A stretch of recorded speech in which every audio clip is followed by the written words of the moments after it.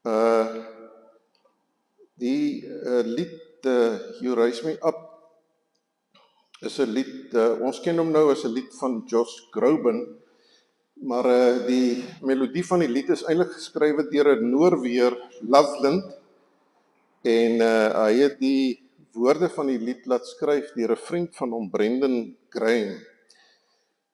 Nou, die lied is wêreldwyd bekend en bemind. Eintlik maar hoofsaaklik. Wat het nou gebeur? Eintlik maar hoofsaaklik as gevolg van Josh Groban wat die lied gesing het.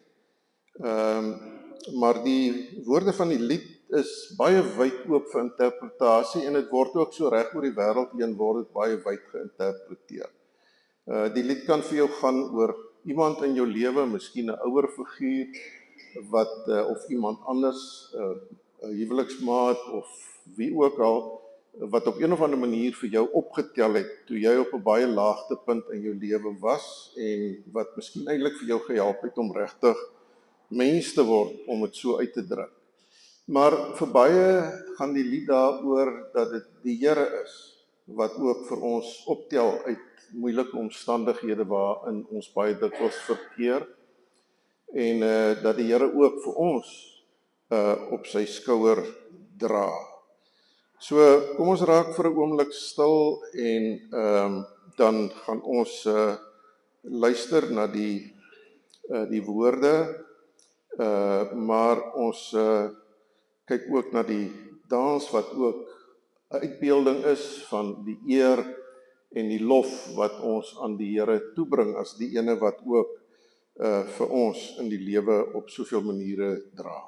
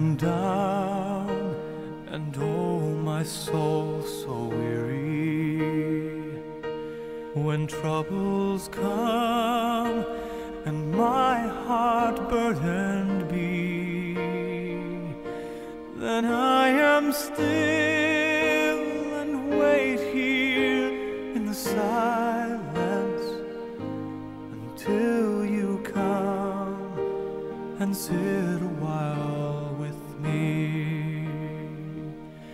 You raise me up so I can stand on mountains.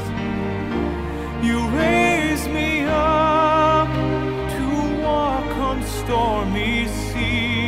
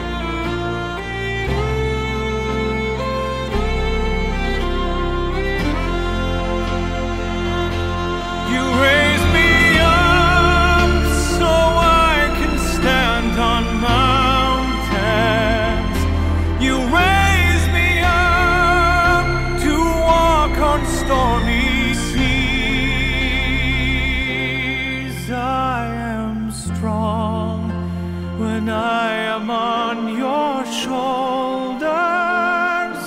You raise me up to more than I can be.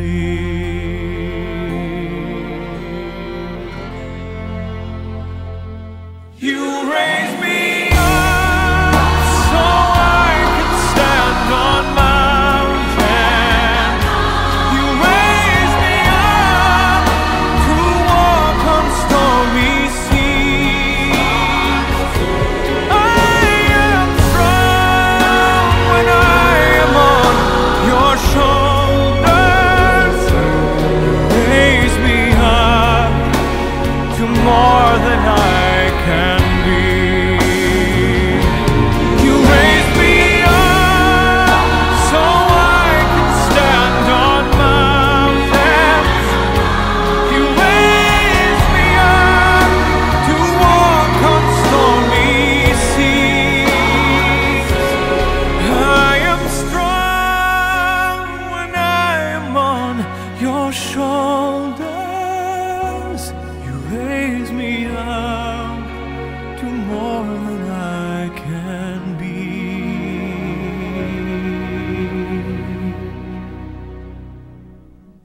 You raise me up to more than I can be.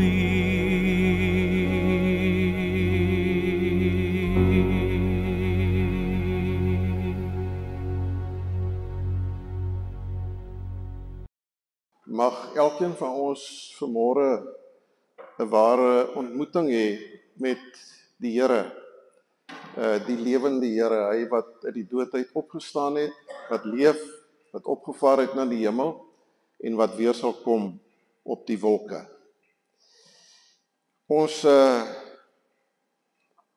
praat so vir 'n oomblik net met die Here. Ek wil graag dat elkeen van u net op die eie stil word, en miskien maar net weer die refrein van hierdie lied deur ons gedagtes laat gaan oor omstandighede wat ons almal ken, waar 'n mens partykeer deur donker tye in jou lewe gaan, of miskien selfs nog steeds op die oomblik ook deur donker tye in jou lewe gaan.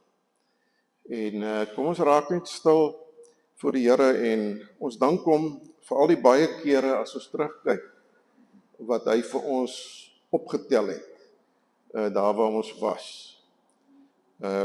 En dalk is daar miskien ook iemand vir wie jy die Here voor wil dankie sê, wat ook vir jou opgetel het in die lewe en vir jou in 'n sekere sin die mens gemaak het wat jy vandag is. So aan die een kant sê ons vir die Here baie dankie, maar miskien is daar iets vandag wat vir jou donker is, wat vir jou voel dat jy baie laag lê, soos Dawid gesê het, hy lê in die modderige, sluikerige put waarin hy homself bevind het. En kom ons dra dit dan ook aan die Here op.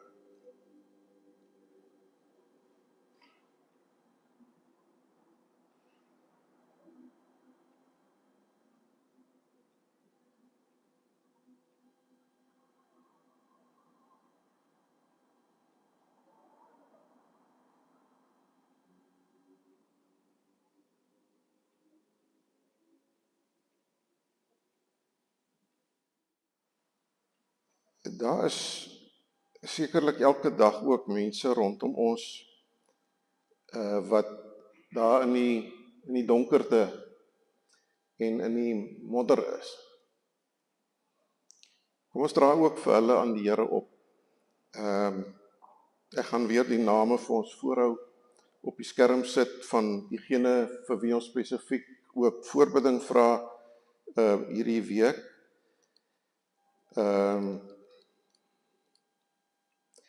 Marlies de Blanche, Blackie, Frans Stander, Daan de Roux, Rikkie Hofman, Duif Pyper en Marie-Louise Duraan en dan ook ander persone. Dit is so maklik as 'n mens name noem dat jy iemand mis wat jy selfs van weet en net tot nie onthou nie. Maar daar is ook sekerlik baie ander wat elkeen van ons bewus is van. So kom ons bid ook vir hulle, dat hulle ook iets mag belewe van die Here wat optel, en van die Here wat jou op sy skouers kan dra, wat nie altyd beteken dat hy noodwendig die moeilikheid in jou lewe wegvat nie, maar dat hy vir jou in daai omstandighede optel, dat jy oor die omstandighede kan triomfeer en hom daardeur kan verheerlik. So, wie die Here ook al op jou hart lê, iemand wat jy ken of iemand wat jy dalk nog glad nie eens ontmoet het nie, kom ons bid vir hulle. Daar's ook die naam van Dave Piper se swaar, George Cromhout. So kom ons bid net en daarmee reik ons eintlik ook uit na ander rondom ons wat in nood verkeer.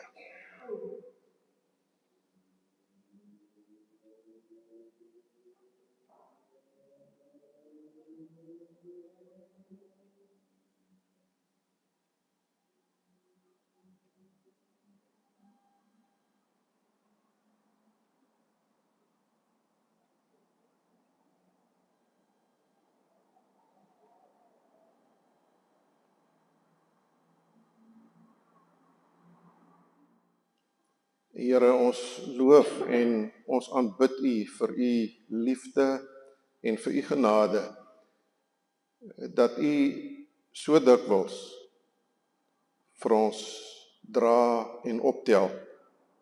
En Here, miskien moet ons nie sê dikwels nie. Miskien moet ons maar liewer sê, soos dit is, altyd. Dat U altyd vir ons dra, in goeie tye en in slegte tye. Ook in goeie tye is dit U wat vir ons dra, wat vir ons opreis en kan ons tot U lof en U eer sing. You raise me up. Wanneer ek ook al in watter omstandighede mag wees. Ons gebed reik ook uit na ons medegelowiges rondom ons, in hulle nood. Laat hulle U as die lewende Here in hulle omstandighede ontdek. Die Here wat altyd onder alle omstandighede genoeg is. Amen. Kom ons staan en dan aanbid ons die Here met Psalm 23. Die Here is my herder, wat Dawid sing oor die Here se beskerming in sy donker dae, en dan ook Vlamlied 34 daarom, wat ook 'n dank en 'n loflied is, om die Here te loof, ook vir sy werklike teenwoordigheid in ons lewens. Kom ons staan.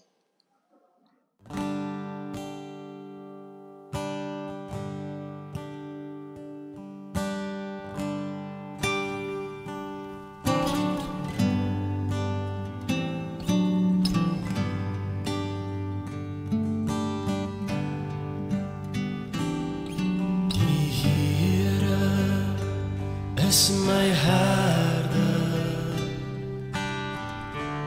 niks sal my ontbreek nie. Hy laat my neerlê in groen weivelde na water, waar rus is, lei hy my hier.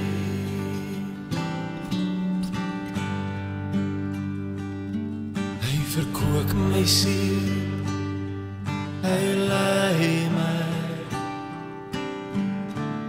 in die spore van geregtigheid, om sy naam ontwil. Al gaan ek ook deur 'n dal van doodskade, ek sal geen onvrees nie, want U is met my. U stok en U staf, o Heer, vertroos my.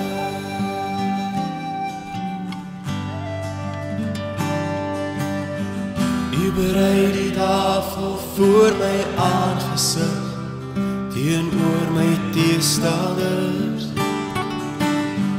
U maak my hoof vet met olie.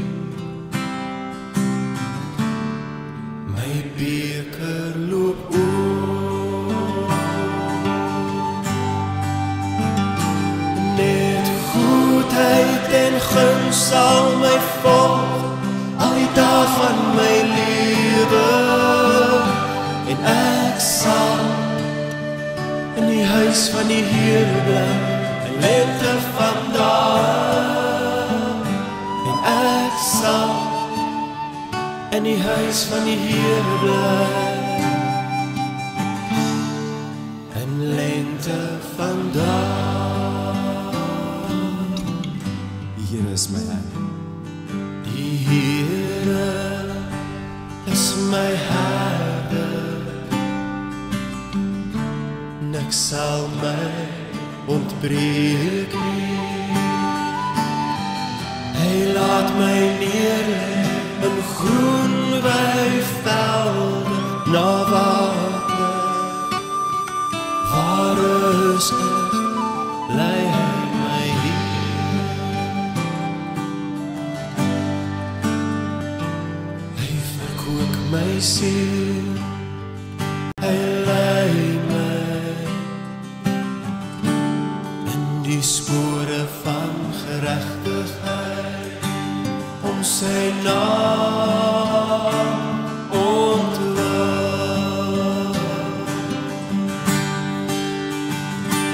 Al gaan ek ook deur die dal van doodskaduwee,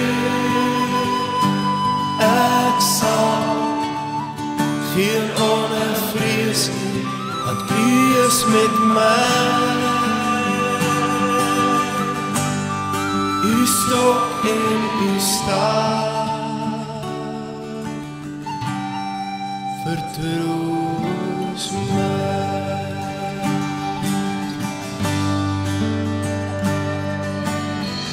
U berei die tafel voor my aangesig, teenoor my teestanders.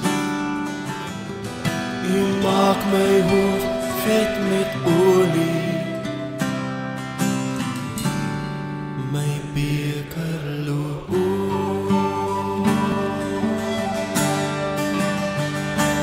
Net goedheid en guns sal my volg al die dae van my lewe. En ek sal in die huis van die Here bly, in lente van dae. Ek sal in die huis van die Here bly, in lente van dae. Net goedheid en guns, net goedheid en guns sal my volg al die dae van my lewe. En ek sal in die huis van die Here bly, in lente van dae. Ek sal in die huis van die Here bly, in lente van dae.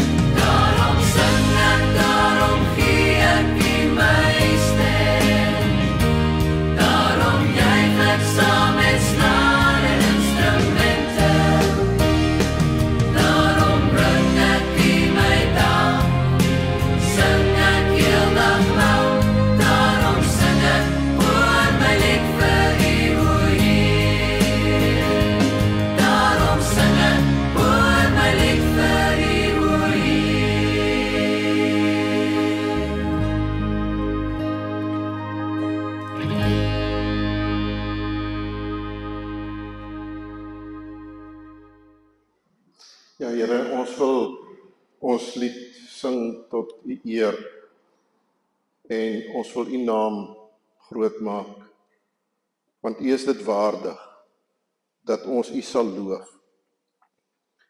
U wat vir elkeen van ons gemaak het, elke lewende selletjie in ons liggame geskep het.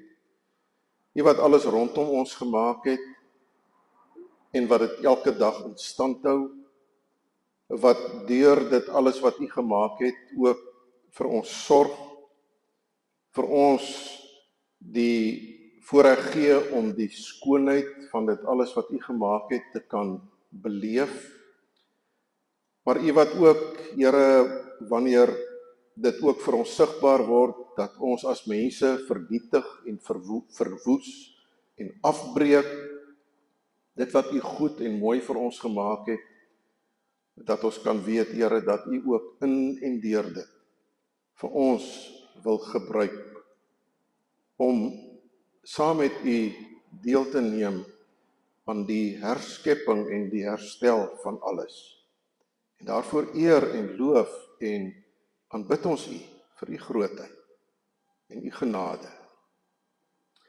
Here, ons het U gedank vir U omgee vir ons en U betrokkenheid in ons lewens. Maar nou weet ons ook dat U ook van ons vra dat die omgee wat ons in ons eie lewens beleef, dat ons dit sal deel met hulle rondom ons. En vanmôre, waar ons ook kom stil word voor U woord, is die gebed van ons hart dat U opnuut weer ons oë sal oopmaak vir dit wat U doen, vir dit wat U deur U woord in ons wil doen, maar ook vir dit wat U in ons doen en deur ons wil doen. In Jesus naam, amen. Ons gedeelte wat ons vanmôre saam lees is die baie bekende profesie wat die Here Jesus geuiter het in Matteus 25 oor die skape en die bokke, wat eintlik deel van die profesie is wat die Here Jesus hier aan die einde van Matteus geuiter het oor die wederkoms, ook oor die komende oordeel wat daar gaan wees. En ek dink in ons dag en tyd is dit so met ons moderne manier van dink en besig wees, dat in 'n baie groot mate die realiteit van die oordeel van God iets geword het, wat eintlik maar so half versag geword het. Daar's baie die gesindheid wat in ons harte lewe, dat God is so genadig en God is so goed, min of meer alle mense gaan gered word, en as die oordeel kom, min of meer almal gaan seker hemel toe, of baie keer praat ons daarvan, van dit wat gaan kom, die wederkoms wat gaan kom, en die oordeel wat gaan kom, maar dis nie meer 'n realiteit nie. Dis nie meer 'n werklikheid nie. Die ander goeters hier rondom ons het sulke groot werklikheid geword, dat dit amper 'n tipe van 'n fairy tale is, wat nog die erns in ons gedagtes oorgebly het, van dit wat die Bybel vir ons sê, van die oomblik van waarheid, wanneer daar skeiding gemaak gaan word tussen skape en bokke. So kom ons sing, Margriet, sal jy vir ons voorgaan asseblief. Kom ons sing terwyl ons bly sit, die gebed dat die Here ook vanmôre deur sy woord sy wil in ons lewens sal doen.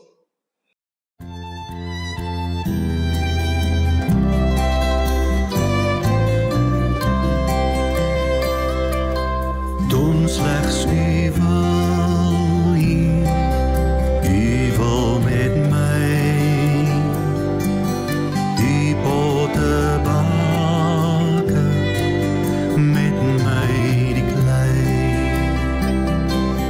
vorm my en maak my net soos U wil, op U slegs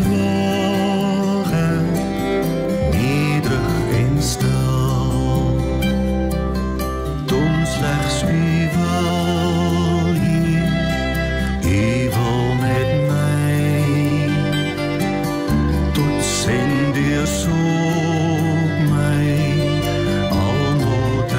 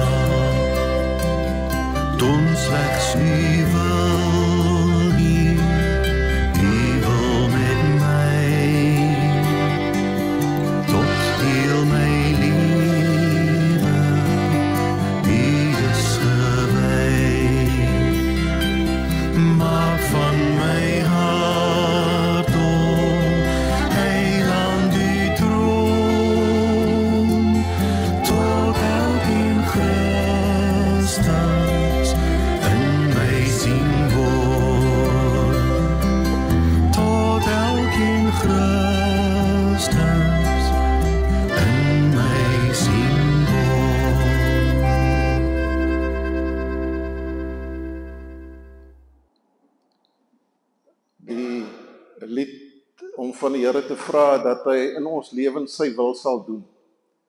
En dit beteken die goeie en die dinge wat vir ons sleg is en wat ons as negatief beleef. Here, doen hierdie dinge in my lewe. Vorm my soos wat die pottebakker die klei vorm, sodat die uiteinde daarvan gaan wees. Nie dat ek gelukkig en gemaklik gaan leef en alles min of meer reg in my lewe gaan wees. Maar buig en druk en vorm aan my, wat dit ook al kos. Die einddoel en die fokus van my lewe is, dat mense Christus in my sal sien woon. Nie gemak, gerief, gesondheid, wat ook al nie. Maar die groot doel, dat mense Christus in my sal sien woon. Ek lees dan vir ons Matteus 25 van vers 31 af. Wanneer die Seun van die mens in sy heerlikheid kom, en al die engele saam met hom, sal hy op sy glansryke troon gaan sit. Al die nasies sal voor hom byeengebring word, en hy sal hulle van mekaar skei, soos 'n herder die skape van die bokke skei. Die skape sal hy aan sy regterhand laat staan, en die bokke aan sy linkerhand. Dan sal die koning vir die aan sy regterhand sê, julle geseëndes van my Vader, kom beerf die koninkryk wat vir julle gereed gemaak is. Want ek was honger, en julle het vir my iets te ete gegee. Ek was dors, en julle het vir my iets te drinke gegee. Ek was 'n vreemdeling, en julle het my as 'n gas verwelkom. Ek was naken, en julle het my geklee. Ek was siek, en julle het my versorg. Ek was in die tronk, en julle het my besoek. Dan sal die regverdiges hom antwoord, Here, wanneer het ons u honger gesien? Of dors, of 'n vreemdeling, of naken, of siek, of in die tronk? Vers 40, maar die koning sal vir hulle sê, Amen, ek sê vir julle, wat julle ook al vir een van hierdie geringste broers van my gedoen het, het julle vir my gedoen. Dan sal hy vir die aan sy linkerhand sê, dis nou die bokke, gaan weg van my, julle vervloektes, in die ewige vuur, wat gereed gemaak is vir die duiwel en sy engele. Gaan join die duiwel en sy engele. Vers 42, want ek was honger, dors, vreemdeling, naken, siek, in die tronk, en julle het my nie, julle het nie julle hande na my toe uitgesteek nie. Vers 45, wat julle vir een van hierdie geringstes nie gedoen het nie. Dit is nie dat jy iets verkeerd gedoen het, of iemand seer gemaak het nie. Maar dis iets wat jy nie gedoen het nie. Dis iets wat jy versuim het. Het julle ook nie vir my gedoen nie. Wat julle nie vir die geringstes gedoen het nie, het julle ook nie vir my gedoen nie. En dan vers 46, hierdie mense sal weggaan na die ewige straf, maar die regverdiges na die ewige lewe. Wat julle ook al vir een van hierdie geringste broers van my gedoen het, sê die Here Jesus, het julle ook vir my gedoen. Matteus 25 vertel vir ons van 'n dag wanneer die koning weer sal kom, daardie dag wat ek nou net gesê het, wat ons baie keer maar so half ignoreer en wat nie regtig as 'n werklikheid in ons gedagtes altyd leef nie. Maar dis wat Jesus hier in Matteus 25 vir sy disippels sê, wanneer hy oor die eindtye praat, wanneer die wederkoms gaan plaasvind. Hy sê, daar gaan hierdie dag wees wanneer die Seun van die mens, en dan net so eentjie verder verwys hy na homself as die koning, wanneer hy gaan kom. So die Jesus wat gaan kom, gaan bietjie in 'n ander gestalte kom as wat ons gewoonlik aan hom dink, as die nederige en die liefdevolle Here wat omgee. Dit beteken nie dat hy gaan kom as 'n liefdelose Here na ons toe gaan terugkom, maar dit beteken dat hy gaan terugkom as 'n Here wat kom om geregtigheid te laat geskied, om die oordeel van God te kom voltrek, op dit van die mens, wat die mens verkeerd gedoen het hier op aarde. So wanneer hy kom, sê die Here Jesus, gaan hy kom in heerlikheid. Hy gaan kom met grootheid en mag en majesteit.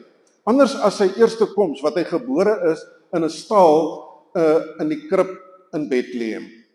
Nederig in die stinkende stal. Maar hierdie keer kom hy as koning in grootheid, in heerlikheid.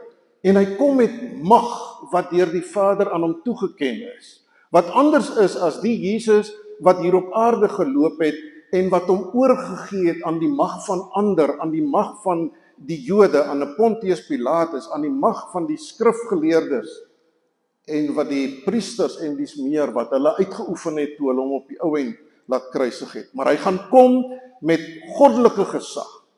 En hy gaan kom om 'n uitspraak te kom lewer. Daar gaan 'n skeiding plaasvind, sê die Here Jesus.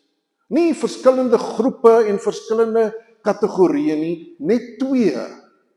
Daar gaan 'n mes wees wat sny tussen alle mense heen. Hy sê al die nasies van die wêreld sal voor hom kom staan. En daar gaan 'n mes sny. Daar gaan nie 'n grys gedeelte wees nie. Dit gaan of swart of wit wees. Daar is nie iets tussenin nie. Dis of die kant toe of daai kant toe. Dis nie soos wat ons baie keer dink en die gevoel het om te sê, ja, ek is daarom so hier ergens tussen en ek is nou nie heeltemal hier nie, maar ek is ook nie heeltemal daar nie.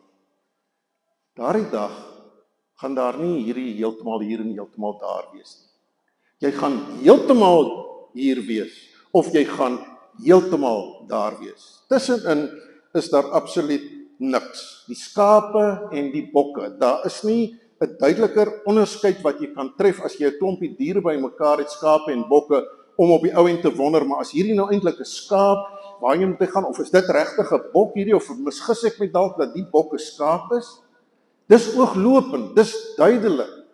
Die gedrag is anders, die geluid is anders, die lyk is anders, en hulle word eenvoudig in 2 gedeel.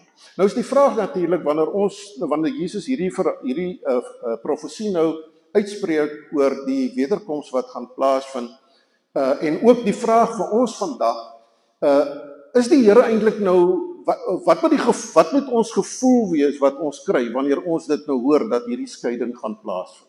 Moet ons nou bang word? Moet ons nou vreesagtig word? En dink, o wêreld, ek sal regtig iets van my kant af moet doen, ek sal iets moet regkry van my kant af, sodat ek tog op die ou end nou net nie 'n bok is, wat op die ou end in die ewige verderf saam met die duiwel en sy engele beland nie. Maar dat ek liewer maar 'n skaap mag wees, wat in die teenwoordigheid van die Here in die hemel kan wees. Jesus se bedoeling is nie om mense bang te maak nie, is nie om mense die skrik op die lyf te jaag en hulle te laat vrees en hulle op die ou end in 'n klomp onsekerheid te dompel nie. Hy wil nie onsekerheid by sy disippels skep nie. Hy wil juist die teenoorgestelde. Hy wil hê dat daar rustigheid en dat daar vrede in hulle harte sal wees. So Jesus se bedoeling is nie soos iemand wat kom met 'n stok om te kom slaan en sê, ja, goed so vir julle het nie dit reg gekry nie, nou moet julle die gevolge daarvan moet julle dra nie. Jesus is, wat ek dink, ons het 2 Sondae terug gelees het in 2 Timoteus hoofstuk 3, eintlik besig om die ware woord van God te bring, die geïnspireerde woord van God te bring. Dis eintlik 'n liefdesoproep wat van die Here Jesus af hier uitgaan. Hy's eintlik besig om sy disippels te leer. Hy wil hulle onderrig en hy wil vir hulle terselfdertyd wil hy vir hulle teregwys waar hulle dalk dinge nou nie reg verstaan of reg interpreteer nie. So Jesus is hier besig met opvoeding. Dis sy bedoeling. 'n Positiewe ding wat hier gebeur, nie 'n bangmaak storie nie. Luister mooi wat ek sê die Here Jesus. Dit is hoe dinge eintlik werk. En dit is baie belangrik dat julle daarop moet agslaan. Daar's eintlik verskillende Jesusse, as ek dit so kan uitdruk, wat 'n mens in hierdie lewe kan dien. Dis maklik om te praat van Jesus. Net so maklik as wat dit is om te praat oor God. Wanneer ons rond beweeg tussen mense wat in hulle lewens nie lyk of hulle regtig vir God erken nie, maar hulle sal ook praat oor God. En ons praat maklik oor God. En wanneer ons oor God praat, dan dink ons praat, kan ek maar dit so uitdruk, van die regte God. Van die God van die Bybel. Maar dit is 'n vraag of ons altyd wanneer ons van God praat en wanneer ons van Jesus praat, of ons praat van die God van die Bybel, of ons regtig praat van die Jesus van die Bybel. Want sien, in ons koppe en in ons harte het ons 'n bepaalde verstaan van hoe die prentjie lyk van God. Wanneer ons van God praat, dan het ons 'n idee min of meer wat ons bedoel. Dis iemand daar ergens. Baie oneerbiedig word daar partykeer ook gesê, dis die ou baas daarbo. Dis die God daarbo. Hy kyk met hierdie streng oë af op hierdie aarde en jy moet pas op, as jy uit jou spoor uittrap, gaan jy dit ontgeld. Of dis die God wat, wanneer ek in die moeilikheid is en ek nou nie meer oplossings vir my probleme het nie, dan kan ek nou na hom toe hardloop en vir hom vra, asseblief, U is die een wat nou almagtig is, help tog net vir my dat ek nou uit hierdie moeilikheid op hierdie moment van my lewe kan uitkom. Dieselfde ook met die Jesus, die prentjie van die Jesus wat daar in mense se gedagtes is, en ons moet met onsself eerlik wees en vanmôre ook vir ons dieself afvra, hoe is die prentjie van Jesus wat jy in jou kop en in jou hart het? Is dit die ene wat gekom het om te kom ly en te kom sterwe vir jou sondes, sodat jy vergewe kan word en vrygespreek kan word en die verwagting kan hê dat jy eendag in die hemel sal wees wanneer die oordeel dan wel voltrek word. Die Here die Jesus wat liefdevol en vriendelik is en vol genade, wat wanneer ek goeders verkeerd doen, maar weer en weer en weer vir my vergewe deur sy liefde en sy genade. Nou natuurlik is dit waar, maar is dit al wat waar is van hierdie Jesus? Want dit kan so maklik beteken dat ek uiteindelik nou maar aangaan met my lewe soos wat ek wil. Ek beplan my lewe soos wat ek wil. Ek dink oor my toekoms soos wat ek wil. Ek doen goeders op die manier wat ek dit goed vind om te doen. Ek is baie bewus van 'n klomp foute en tekortkominge en gebreke in my lewe, maar ek gaan maar net so aan met al hierdie tekortkominge en foute en gebreke in my lewe. Die Jesus is die Here wat tog nou maar op die ou end net darm alles net sal toemaak op 'n manier dat ek darm op die ou end net wanneer ek voor die troon kom staan, wanneer die koning kom om te oordeel, dat ek daarom tog maar net die genade sal ontvang. En op die ou end is ek ook nie baie seker of ek daardie genade gaan ontvang nie. Ek hoop so. Dis wat baie mense sê as jy vir hulle vra, as jy seker jy het die ewige lewe. Ek hoop so, ek probeer. Maar eintlik kan jy nie probeer nie. Eintlik is alles wat jy doen hopeloos en is daar nog vol van hierdie gebrokenheid. En is dit uiteindelik maar net deur sy genade wat jy gered kan word. Die Here Jesus wil vir sy disippels kom sê, as dit is waar jou prentjie van Jesus stop, dan het jy nie te doen met die Jesus van die Bybel nie. Dan is dit jou prentjie wat jy in jou kop het, die prentjie waarmee jy groot geword het, van wie Jesus is en hoe Jesus dinge behoort te doen en hoe Jesus behoort op te tree. Jesus wil vir sy disippels sê, vir my gaan dit verder. Dit gaan oor die verandering wat daar in jou lewe plaasgevind het. As jy hierdie halwe Jesus in jou lewe volg, dan is daar nie veel verandering wat nodig is. Jy kan maar min of meer net so voortgaan. Jy gaan 'n bietjie kerk toe, jy gee 'n bietjie dankoffer vir die kerk, jy staan vriendelik met 'n paar mense, maar verder gaan jou lewe maar net so voort soos wat jou lewe is. Jy is maar net die jy.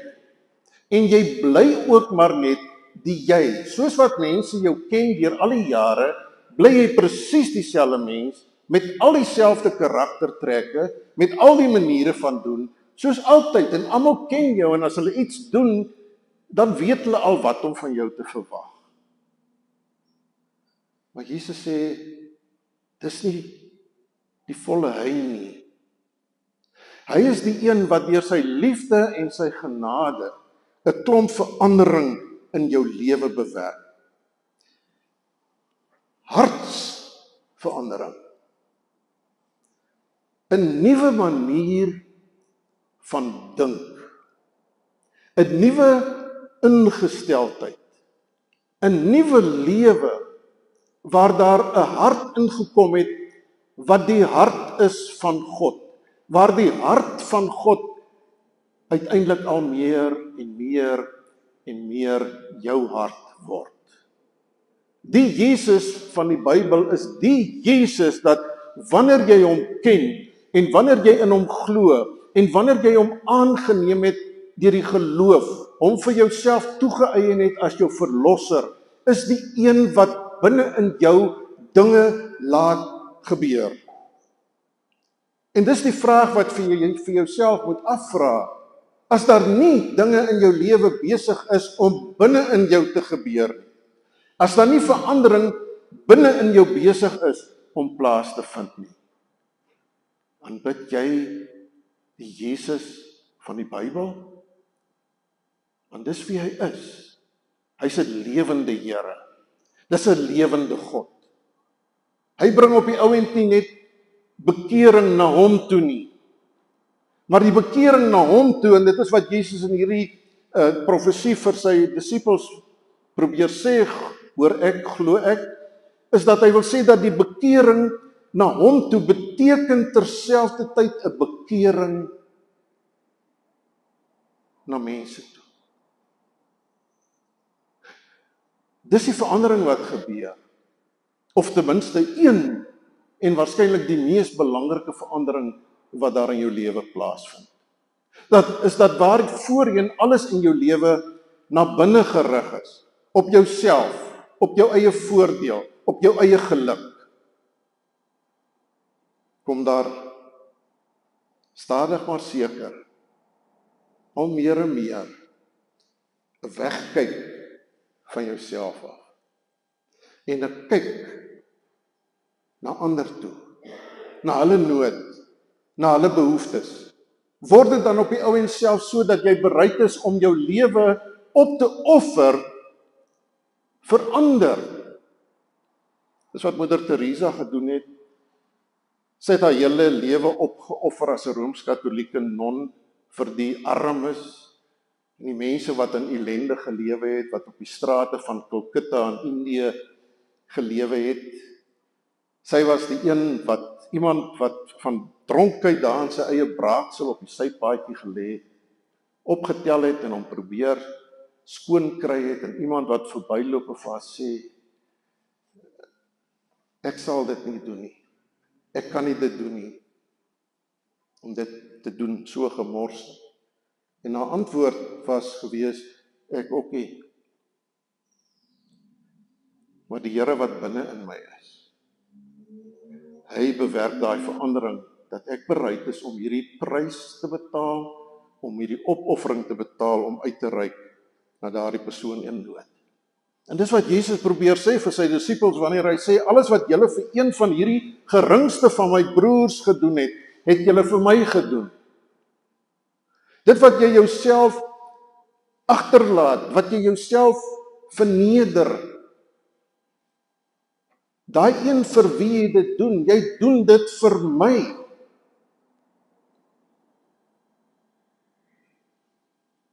Alles wat julle vir hierdie geringstes van my broers gedoen het, het julle vir my gedoen. Ek was honger, my kos gegee. Ek was dors, julle het my iets gegee om te drink. Ek was siek, en julle het gekom na my toe om my besoek en my ondersteun. Ek was in die tronk, en selfs in die tronk het julle verneder om vir my te kom besoek. Julle het my versorg. Gaan op die ou end in die vreugde van julle Here, die geregverdigdes wat op die ou end die ewige lewe ontvang. Nie omdat hulle dingetjies gedoen het en daardeur iets verdien het nie, nie omdat hulle mense gehelp het en goed en nou gesê het, Here, kyk tog net hoe oulik is ek en hoe help ek hierdie mense, U moet my nou vergewe en ek moet in die hemel ingaan nie. Nee, daardie dade is nie dade van verdienste nie. Maar daardie dade is die vrug van 'n behoort aan die Jesus van die Bybel. Om hom in jou hart en jou lewe te ken, bring daardie verandering. Dis die vrug. As jy die Jesus van die Bybel in jou hart en in jou lewe ken, kan daar nie verandering in jou lewe wees nie. Daar's net een ding wat met jou kan gebeur en dit is dat daar sal verandering in jou lewe wees. Want dit is die vrug van hierdie Jesus wat binne in jou leef. Jesus praat hierso en daar's nou nogal heelwat verskil onder gelowiges en teoloë oor die interpretasie van hierdie geringstes van die broers. Is dit dan nou nie so dat die Here wil hê dat ons moet uitreik na almal wat honger en dors en wat ook al is nie? Nou, sommige sê ja, nee, hier staan tog nou dat is al die volke wat daar voor die oordeelstroon staan en daarom gaan dit hier oor die omgee en die uitreik vir alle mense oor die hele wêreld heen en daar's 'n baie groot waarheidselement daarin. Dis inderdaad so dat alle mense ons naaste is. Maar dan is daar baie teoloë wat ook sê nee, waar Jesus hier besig met sy disippels is, wil hy ook praat van hierdie geringste van my broers, want as ons kyk op 'n ander plek in Matteus, wanneer Jesus praat van sy broers, dan bedoel hy letterlik in daardie geval sy broers. Julle onthou die geleentheid waar Jesus besig was om te preek in 'n huis en sy disippels vir hom kom sê het, maar u moeder en u broers is hier by die deur. En Jesus vir hulle gesê het, maar wie is my moeder en my broers? Hierdie mense, julle wat in my glo, julle is my moeder en my broers. En op grond daarvan sê die Bybelverklaarders dan dat ons kan aanvaar dat as Jesus so gesê het dat die gelowiges is sy broers, dan wanneer hy praat hier van die geringste van my broers, aan wie daar iets gedoen word, dan praat hy van die gelowiges, van die kerk. Dat binne in die kerk ons mekaar moet dra en versorg. Honger, dors, siek, alleen, hartseer, en angs, onsekerheid, materiële nood, dat ons vir mekaar moet sorg, wetende dat as ons dit vir mekaar doen, dan doen ons dit vir die Here. Dan doen ons dit omdat hy besig is hier binne in ons, om ons al leer te maak van onsself en ons al voller te maak van sy liefde en sy genade. Daar's 'n liedjie geskrywe wat gaan oor iemand wat 'n dogtertjie gesien het wat 'n seentjie gedra het wat baie swaar is en sy moes nou ver en stap met die seentjie in haar arms en die seentjie was amper net so groot as wat sy is en dit het in Skotland gebeur volgens wat ek kon vasstel dat iemand die dogtertjie gesien loop het en wat daar gebeur het toe iemand met haar gepraat het in die situasie is daar op die ouend 'n lied oor geskryf wat julle dink ek almal sal ken.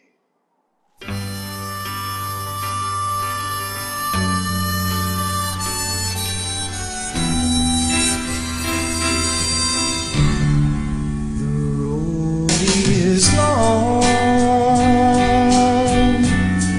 with a many a winding sound that leads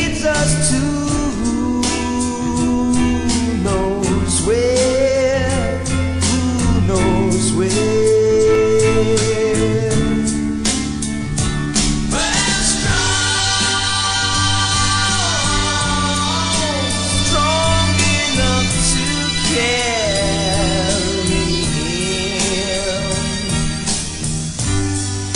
He ain't heavy,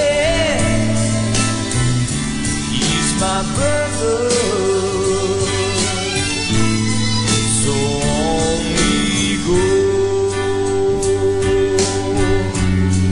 He's a will-bearing life concern. No burden is he to bear. We get there. For I know he would not encumber me. He ain't heavy, he's my brother. If I'm a leader,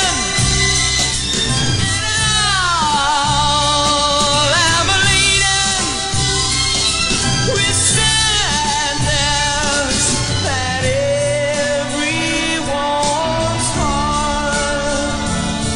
isn't filled with the gladness of love for one another. Ek stop die liedjie daar, ek dink vir almal van ons bekend. Ek die naam het nou op die drom gestaan, die basdrom, so ek wou nou eintlik vir julle gevra het, wie is die liedjie gesing het? Dis die ouens wat nou al in die 60's, ek dink die meeste van ons wat met hierdie musiek van die Beatle era en dit wat daarna gekom het, en die Hollies was een van die eerste groepe gewees. Maar die verhaaltjie van die Skotse dogtertjie, wat die swaar seentjie weer geloop en draai, en kort sê hom nou maar weer so opgeskit, en die asempie hyg in sy dra, en iemand wat vir haar vra, en sê maar, is hy net swaar vir jou nie? Hoekom draai jy hom? En dan antwoord sy in Skotse aksent, nee, he ain't heavy, he's my brother. No, he ain't heavy. He's my brother. It's my brother hierdie. En ek dra hom. Hoe swaar hy ook al is, en hoe hy my ook al laat hyg. En op die ouend toe die liedjie nou tot stand gekom het en gesing is, deel van die woorde van hierdie liedjie so in die middel van die lied, en die hele lied is eintlik rondom dit gebou. Jy sal sien op die ouend dat dit is eintlik die fokuspunt van hierdie lied. If I'm laden at all, as daar iets is wat vir my swaar is, hierdie ouetjie is nie swaar nie, hy is my broer, maar as daar iets is wat vir my te swaar is, then I'm laden, dan kry ek swaar, with sadness that everyone's heart isn't filled with the gladness of love for one another. He's not heavy, he's my brother.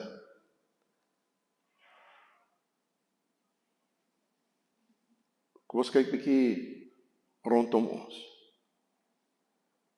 Wie ons rondom ons sien. Vandag hierso, en natuurlik is daar nog baie daar buite.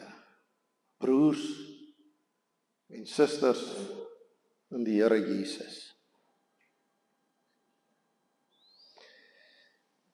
En dis maar 'n groot storie vir ons. Ons kan maklik praat oor ons bewus is daarvan dat dit by daai huis gaan dit eintlik nie goed nie. Daai persoon, ek weet nie eintlik hoe daai persoon deur die maand kom nie. Want ek sukkel self om deur die maand te kom en ek dink daai persoon ly gebrek. Daai persoon het verseker dat daai persoon nie genoeg nie. Maar ons kan praat met mekaar daaroor. Ons kan dit met mekaar deel. Maar 'n broer of 'n suster wat saam met my in die gemeente is, dis moeilik om op te staan en te dink, ek kan iets doen. Ons bid vir mense wat siek is. Ons bid vir mense wat in nood verkeer, waarvan ons bewus is, soos wat ons vanmôre ook weer gedoen het. Maar die vraag is, wanneer ons bid en vir die Here vra, Here, help tog hierdie mense, voorsien tog vir hierdie mense. Wie bedoel ek nou eintlik wanneer ek bid en vra dat die Here vir daardie mense iets moet doen? Deur wie moet hy dit doen? Wie het ek in gedagte? Deur wie hy moet die alleenheid en die eensaamheid waarbinne iemand leef, en ek weet dit, en ek sien daar's nooit 'n kar daar nie, daar's nooit mense wat daar kom nie, nie eers die kinders kom by daardie persoon nie, miskien ergens in 'n ouer huis, daar's niemand wat daai persoon besoek nie, en ek bid, Here, wees tog met daai ene wat so alleen is. Kan ek vir die Here sê wie hy moet stuur? Hoe hy by daardie persoon moet wees? Bedoel ek dat die eensaamheid en net die Here alleen nou maar vir daai persoon genoeg moet wees? Of is daar regtig in my hart die wete, Here, as ek bid vir iemand wat honger, wat dors is, wat 'n vreemdeling is, wat nie klere het nie, wat siek is, wat onder die moeilikste omstandighede miskien selfs in die tronk is. Soos Jesaja gesê het, hier is ek, stuur my. Ons is verantwoordelik teenoor mekaar. In 'n sekere sin, sit daar vanmôre, as ons dan nou van meer as een Jesus gepraat het, en ek glo julle het verstaan wat ek daarmee bedoel, dan sit daar in 'n sekere sin 'n hele klomp Jesusse in hierdie kerk. Want wanneer ek opstaan en ek reik uit na my broer of my suster en ek gee 'n hand, ek gee 'n bemoedigende woord, ek tel die telefoon op, ek maak net 'n oproep, ek stuur net 'n WhatsApp om te sê, ek dink aan jou, ek bid vir jou, weer 'n WhatsApp oor 2 weke of wat, ek het weer vanmôre vir jou gebid, net bemoediging. Hierso is, ek het sommer 'n paar, ons gaan vanmôre skons eet. Hulle is hier. Ja, ons dit vir iemand 'n paar skons vat. En sê, ek het sommer net vanoggend aan jou gedink, ek het skons gebak, ek het sommer vir jou 'n paar gebring, klaar gesmeer, en ek kom fytjie op. Net om vir jou te sê, ek weet jy's hierso. Ek sien jou altyd Sondag in die kerk. Ek ken jou nie eintlik nie, maar ek het op 'n manier uitgevind waar jy woon. They ain't heavy. They're me brothers and sisters. Julle is broers en susters in die Here.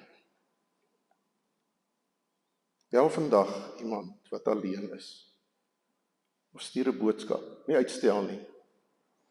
Bak koekies, gee 'n klein geskenkie, en dan seker die belangrikste van almal, luister. Luister na ander. Moenie met al jou wysheid en jou kennis en jou insig en al jou verhale wat jy wil deel met iemand, na iemand toe gaan nie. Begin met 'n toemond en met oop ore om te hoor. Party van ons wat amper nie kan praat nie, wat nie wil praat met ander nie, soek eintlik maar net 'n oor, 'n mond wat toe genoeg is, sodat ek by die ore kan uitkom. Bid vir iemand, bid vir jouself, vir oop oë en 'n oop hart. Here Jesus, Verlosser, Heiland, Redder, U wat nuwe lewe bring, nuwe fokus, nuwe rigting. U wat die liefde van U Vader oor ons uitgestort het aan die kruis, sodat daardie liefde binne in ons kan woon en die vrug kan wees van 'n verhouding met U, wil U gee dat hierdie gemeente 'n gemeente sal wees wat omgee vir mekaar en uiteindelik nie net vir mekaar nie, maar ook vir U wêreld daar buite. Amen. Kom ons sluit af met hierdie lied wat ook 'n gebed is. Liedboek 284, laat Heer U vrede deur my vloei. Ek gaan vanmôre dit bietjie anders te doen wanneer ons klaar die lied gesing het. Ek gaan nie die seën uitspreek nie, Koos, ons gaan ook nie die amen sing nie, vanmôre nie. Ek wil net vra dat, wanneer ons klaar die lied gesing het, dat jy net sal draai na die persoon langs jou, of voor jou, of agter jou. Jy kan meer as een persoon, moenie dat iemand nie dit mee gebeur nie, en spreek net die seën oor die persoon by jou uit. Die Here seën jou. Dis 3 woorde, dis nie 'n lang ding nie. Net of aan iemand te raak en te sê, die Here seën jou. En so seën ons vanmôre mekaar, wanneer ons hier uit die kerk uitgaan.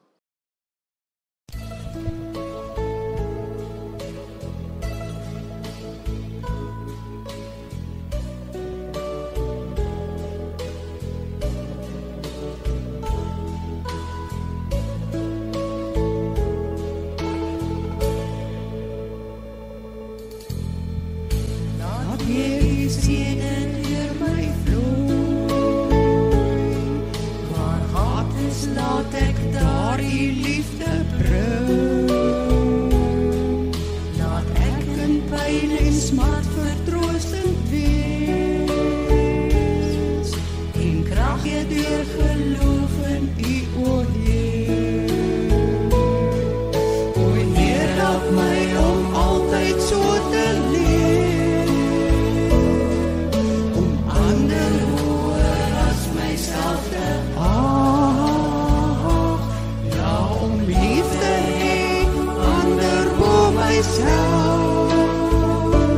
en ook eerder te gee as te verwag.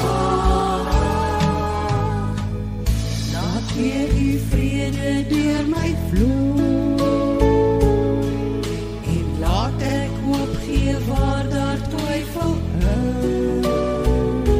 is. Ek wil U lig in duisternis laat skyn, vreugde altyd uit my straal. O Heer, help my om altyd so te leef, om ander hoër as myself te ag. Ja, om lief te hê, ander voor myself, en ook eerder te gee as te verwag.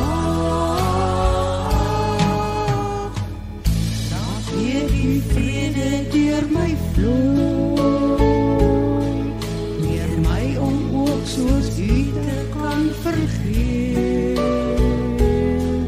Maak my bereid om aan myself te staan, dat ander U al meer in my kan sien.